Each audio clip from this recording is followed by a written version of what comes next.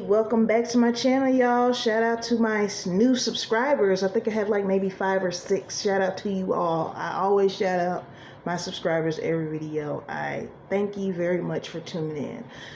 So I wanted to go over the Color Purple. This is going to be a little bit of a review, but since this is since we know the story of the Color Purple, there's really no need to like go into it too much.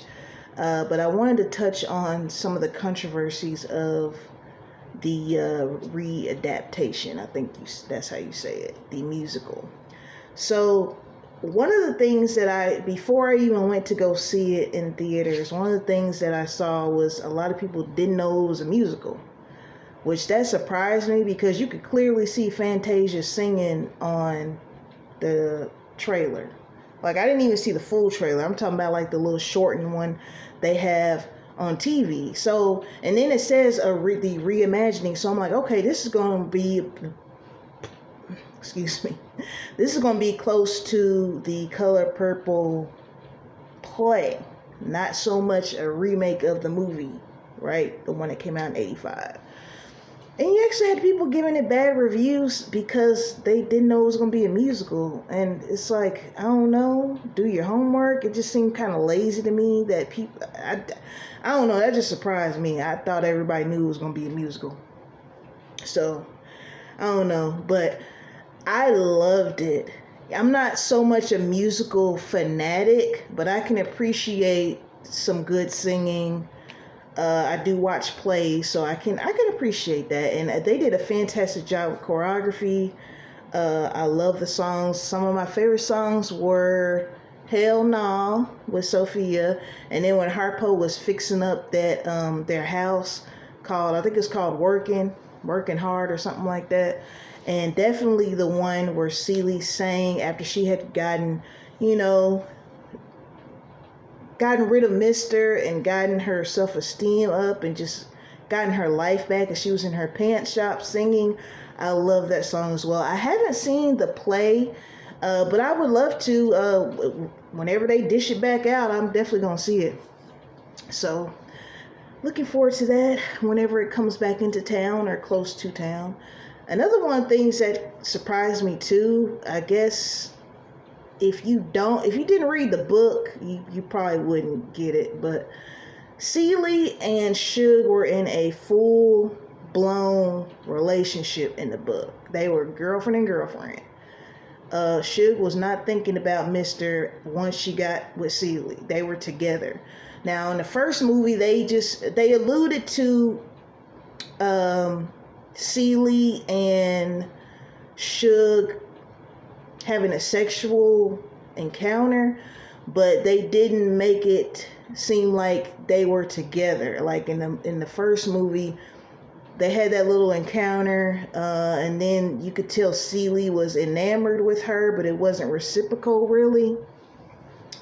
But that wasn't the case. So a lot of people in this musical, they show more of Celie and Suge being together, both loving each other, right?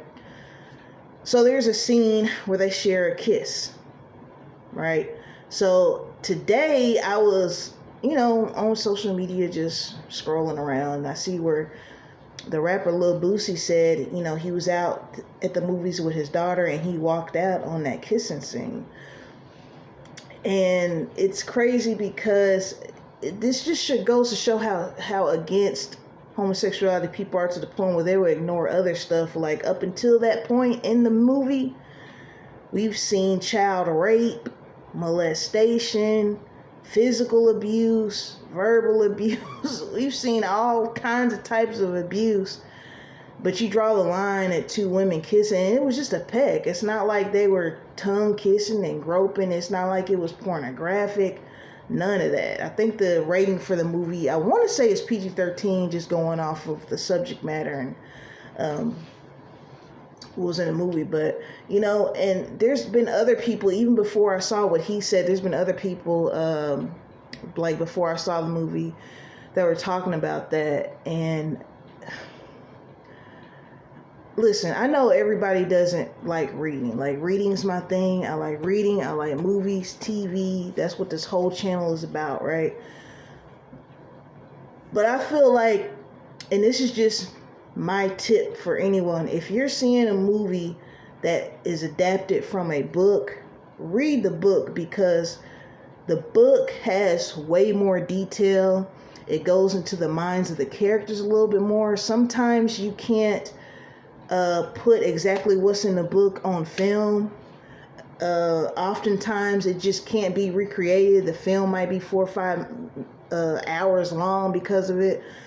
It just puts things more into context when you read it. Like, I read The Color Purple about 5 years ago. Of course, with me being the age that I am, by the time I was born, the movie was already out. So, of course, I couldn't read the book before I watched the movie. I personally like to read the book before I watch the movie. Like, when Hunger Games came out, I had to read the books first, right? But yeah, so when I read that book a few years ago, that's when I found out that they had a totally full-blown relationship. It wasn't just a, well, Celie has never experienced a sexual encounter that was, one, consensual. It was always forced upon her violently. So it made it seem like in the first movie that Suge was just like, well, let me show you this experience in a loving way. Well, I found out they were girlfriend and girlfriend in the book. So it wasn't a surprise when the musical touched on that a little bit more. It still wasn't like they were just totally full out, because this took place in like the 20s, 30s. So I mean, I don't think people were too out with homosexuality back then, but they touched on it more in this than they did in the movie. So, but I just feel like, to anyone who draws a line at homosexuality, consensual relationships, but you could sit there and watch a little girl get married to a grown-ass man and get raped and have children by the man she thought was her father. And, I understand everybody has their beliefs. I'm not ever going to tell you, hey, you got to believe this, you got to believe that. But it's like, that can't be worse than this other stuff that happened like halfway through the movie, right? Over half the movie. So of course they changed some things. Like I said, I haven't seen the musical, so I don't know if this adaptation is just like how the musical was or what. But some scenes they changed, like when Suge sings that "Sister, you've been on my," in the movie, the first movie, she sung that in the juke joint when Celie and Mr. came out there. But in this one, excuse me, spitting. And this one, the musical, she did it when they were in Memphis. She had went to Memphis with Suge. And this was right before Celie found out that her dad died and she had acquired all this land and a house and everything like that. So a few things were different. Like, if you've ever watched some of my older videos on here when I'm doing reviews of things like, for instance, Bel Air was a reimagining of Fresh Prince. You can't really compare a reimagining. It's not like the remake.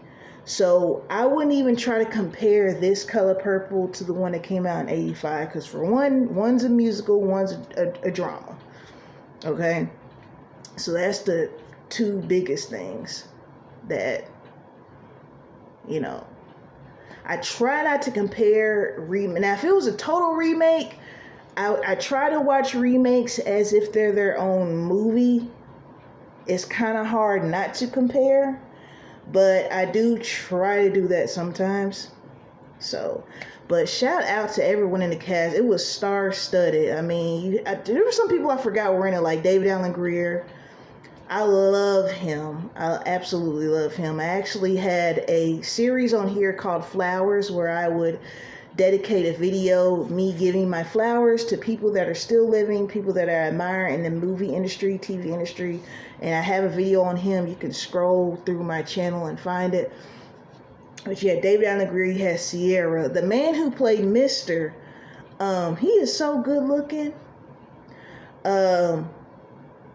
Lou Gossett Jr., Tamara Mann, that's anybody familiar with Tyler Perry plays. She plays Cora.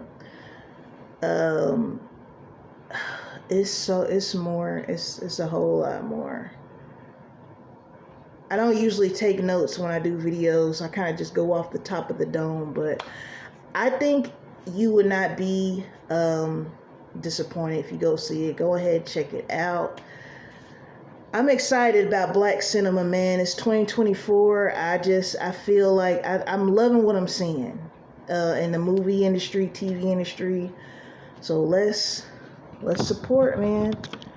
As always, peace and blessings to each and every one of you. Shout out to my newest subscribers for subbing to my channel. Shout out to the people that are watching in the bushes. You can sub. It is completely free. Don't take nothing but a click of the finger. All right, so I'm going to lay it down, y'all. Got to go back to work tomorrow. Peace and blessings.